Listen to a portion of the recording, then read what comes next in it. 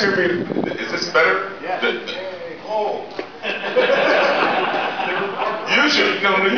Usually I have such a strong voice, I rarely use these things. I find them a little intimidating for me because I hear this voice in the back of me and it's me. And it's horrible. What was the question? Oh, just about your working relationship. Oh, Rob, yeah. Rob usually tells me, he says, go ahead, do what you want to do. Try to stick to the script, or don't, or go ahead, do what you want to do, because I never know what you're going to say. Okay, all right, so let it go. So we have a great time. We have a great relationship. He lets me ad-lib a little bit sometimes. Sometimes he gets pissed and says, stick to the script, man. Stick to the script. So you know, it's that kind of, and it is kind of shorthand, you know. It's kind of you can't do that. Yeah, I got it. You know. So yeah, that does happen a lot. So can you say anything about the character that you play in the film? I'm one of the disc jockeys for the radio station with Sherry, Moon Zombie, and Gavin Jeff Daniels. And so I'm a good guy. I don't get killed, and I'm a talk show host. Okay. And we play competitive music too. Okay. You don't get killed? I don't get killed, no. Thank God. But I finally talked him out of that crap. That's a step in the right direction. Step in the right direction, I did. All right. Well, let's see if anyway we go. We got about 20 minutes here, so let's see if we can get some questions out. We got a mic for you guys. 20 minutes, guys. I was going to do the Q&A, and then I was going to get up and tell stories. And we only got 20 minutes. I'm an hour and a half guy at least with my stories. Come on. I've heard that about you. Yeah, you know it. Oh, man. Notorious. When does Flores the Salem actually come out? I have no idea. That I don't know. And usually, the actors are the last to know. You know, you hear rumors, you hear a little scuttlebutt here and there when they're coming out. But basically, you know, unless you have I don't know. And even when they say it's coming out at a certain time, you've got to put a little grain of salt with that, because sometimes they're not. There's a month. If they say March, they may not come out until June. You know, someone's told them March. Especially with horror films, they get moved around all the time. They're moved around to its positioning. So sometimes they'll have a date of April or March. And they say, no, it's a summer blockbuster kind of movie. We're going to compete with the summer blockbuster. So we move it to July and August, or June and August. Yeah, and Ken. Yeah, hey. Good to see you here. Yes, certainly. I love Dawn of the Dead. I've got one question for you. Yeah. Wondering again, just watching it this last week again, did you receive any weapons training before you filmed Dawn of the Dead? Well, I did a lot of weapons training with my uncle, because we used to shoot a lot in Indiana. You know, we did a lot of hunting. But no, not really, not that much. I did. I had my father's good friend who kind of was a mentor to a lot of the kids in my neighborhood, was a cop. And I went back to him. I stopped before I did Dawn of the Dead, and he showed me how to hold a pistol and aim a rifle a little better, and military style, that kind of stuff. But that was basically it. I didn't need that much. I mean, you know, how much do you need to really, you know, once you get this and that? Okay, that's it. Great. Okay. Yeah. Anybody? Anyone else? Hey. It's front row, right, with question. What did you think? Two-parter. What did you think of the Dawn of the Dead remake? And in your real life, did you ever have a Grizzly Joe hairdo like you did? The remake I thought was a tribute to us. I thought it was a good horror film. I especially liked some of the shots. I think the crane shot of the, I think it was the car crashing the Hitchcock. Yeah, that shot. Top of the movie. Yeah, top of the movie. And then the one when they tried to escape the mall with the bus, and all the zombies surrounded them. I thought it was great shots. But I thought it was a good movie. I thought it was a fine movie. I was a little afraid to be involved with it because they got so many death threats up there from fans. Don't do it. You're ruining the classic. So. I remember being really mad when I heard they were remaking it. Oh. And then I saw it and I liked it, except I don't know about you, Ken. Where are you? Fast or slow zombies? Slow. Yeah, damn right.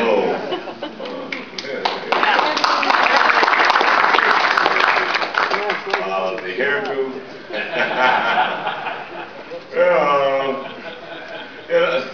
That's a strange thing, guys. You got a minute? Can I tell you about this for a minute? About the hair. This is a little bit off the. Let me just run with it. I had the kind of hair, and I guess it's from the mixture of, African Americans are mixed with so much. My family certainly mixed. But my hair is probably as straight as anyone's here. So I could put water in my hair, and we had this straight back. And so this was the time of the afro. And before that, it was the conch. And I don't know if you know what a conch is. It's really that process, they call it. Where black guys would do the Elvis trick. You know, the old, we used to do the rhythm and blues. You know. The old rhythm and blues guys with this stuff in their hair so they look like Elvis, and it would straighten out the nappy hair, and they'd wear those things. And as a kid, I said, I want a conch like those guys. And a lot of guys in the neighborhood would have this.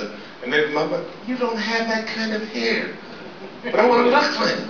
So there was between the conch and the afro, and I couldn't grow either right. I couldn't do it. So I had kind of had that kind of look, but I still, by the time I got that full head of hair, it was still, I was beginning to recede a little bit, and it just never worked for me. I had to live with the hair. I just had that kind of hair.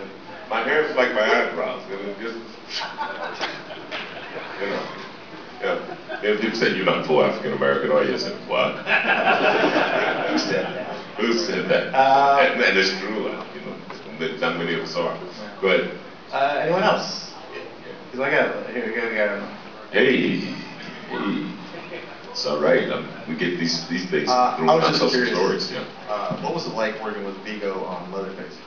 Oh, great question. Because it was great, but. Remember the fight scene with Vigo?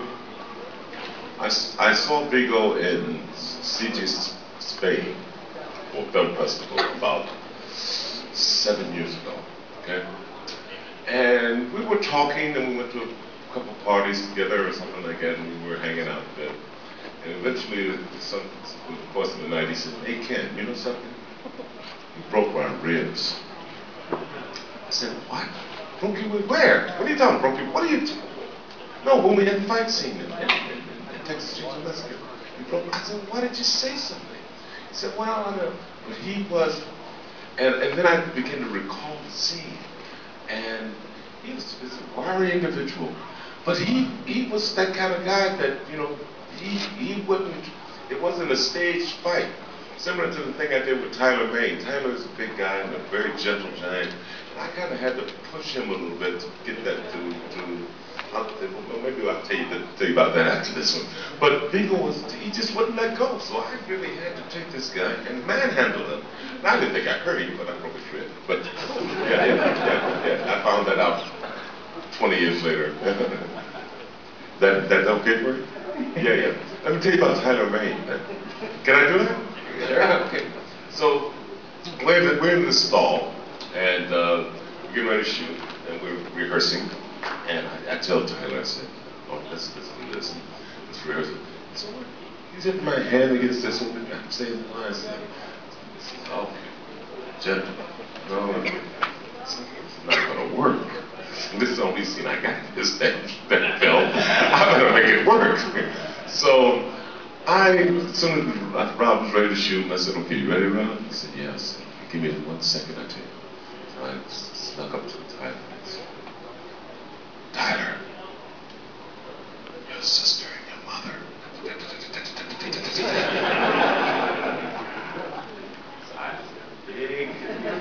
And let me tell you, boy, that guy went berserk, and I was so happy.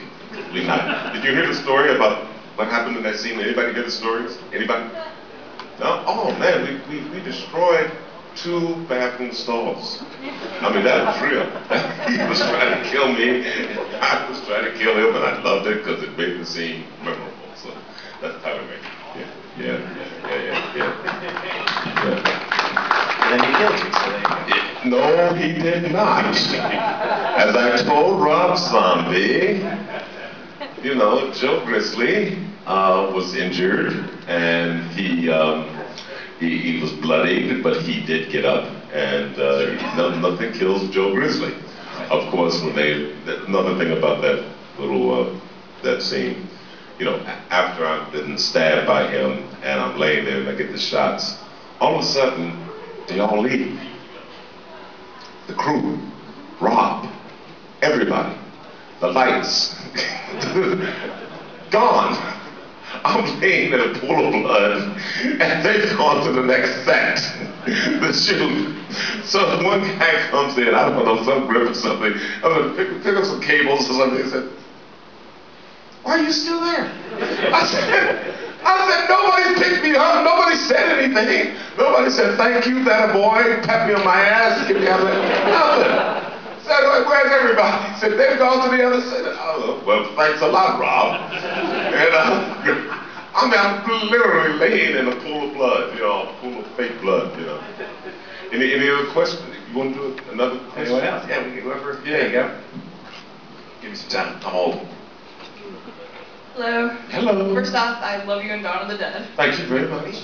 I'm curious, how did you get your part in Dawn of the Dead? Oh, I was doing off-Broadway in New York, and I was doing a play called Uncle Tom's Cabin. The first time, second time it had been launched in 100 years, I don't know, 60 years, 70 years. So we're doing Uncle Tom's Cabin in off-Broadway, and I was in the dressing room putting on stage makeup. And I was talking to an actor, and we were chatting, and he said, "Listen, Ken, they're auditioning for a role in a film that you might be right for. You want to go check it out?" I said, "Why not?" You know, I think I had two experiences, one with a major film, Bingo Long, Traveling All Stars of Motor Kings, with Richard Pryor, James Earl Jones, Billy D. Williams, cast of thousands. We shot down our Macon Joint Universal Film. Richard directed that, right? No, that was John Badham. Oh, right. John Badham That's right, from Saturday Night Live. That's right. And everything else. And Rob Corn was the producer. And this was, you know, a huge Universal project. So that was my first film. And then before that, I did a Kojak as a guest starring role. Then I went back to off-Broadway. So I said, okay, I'm really having a good time, you know, hanging in the village. So, but I'll go up and check it out. And I went up to Midtown to Richard Rubenstein's office and walked in and auditioned with Galen, Scott, and David first. And then a few days later came up and auditioned with 3 other people. And about a week later they told me I had it. And 2 weeks later I was on a plane headed for Pittsburgh. Good? Yeah. I got a question for you. Yes, Just sir. thinking about Barbara and Jeffrey in there and From Beyond, which I just saw last year again on the big screen. I've read Jeffrey. Yeah. I'm wondering, when you first read that script, did it make any sense to you whatsoever, or did that even matter? I mean, it was, you know, Stewart, and, but did Stewart do anything to sort of make it make sense to you guys, or did it just kind of go with it? No, Barbara and Jeffrey were already cast, and I imagine they had several meetings with Stewart and Brian Usman, so they knew something about H.P. Lovecraft and his work. I had no idea what the hell was going on. I read it and I read it, and I said, okay, we got a pineal gland coming out of the gland, it's coming out because this guy's got that. Okay, what am I doing here? I'm a cop. Okay, let's just stick to this. He said, I had no idea what was going on with that script. It was very strange, and, you know, I mean, that's H.P. Lovecraft. I mean, they asked me to go to some of these festivals and that kind of thing. And I said, okay, guys, but I'm not have much to say about this guy. I'm not a really fan of his, but, you know, what can I tell you? I'm a working actor. Then it became a classic, so. It became a classic. That's all that matters. Yeah. Matter of fact, the first time I saw that film was on television in L.A. Yeah, I didn't see a screening or any of that stuff, and I saw it on television. Like, I think you get WGN here, similar station like ATLA or something in LA. Yeah. It was just on like in the middle of the night, or Huh? it was just on like in the middle